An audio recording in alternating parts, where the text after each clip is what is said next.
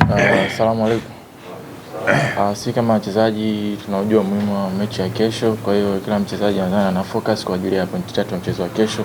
Ni mchezo ambao muhimu sana kwa ajili ya Simba, kwa ajili ya mashabiki yetu, kwa sababu mchezo wa kesho tukishinda tunasogea nafasi ya juu, kwa sababu kila mchezo kwetu una umuhimu.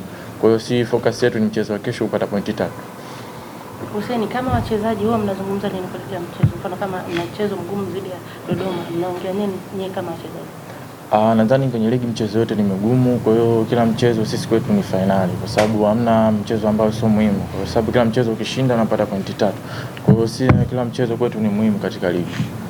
Okay, nakaribisha maswali kwa mchezaji wa Simba walike uwanjani. Kikubwa mashabiki wa Simba, hii ni timu yao, kwa hiyo afu ni mchezo wa nyumbani hapa. Kwa hiyo ni opportunity kwetu sisi kama Simba kuwapambania mashabiki wetu, nadhani wajitokeze kwa wingi ili tuweze kuwapambania katika mchezo wa kesho.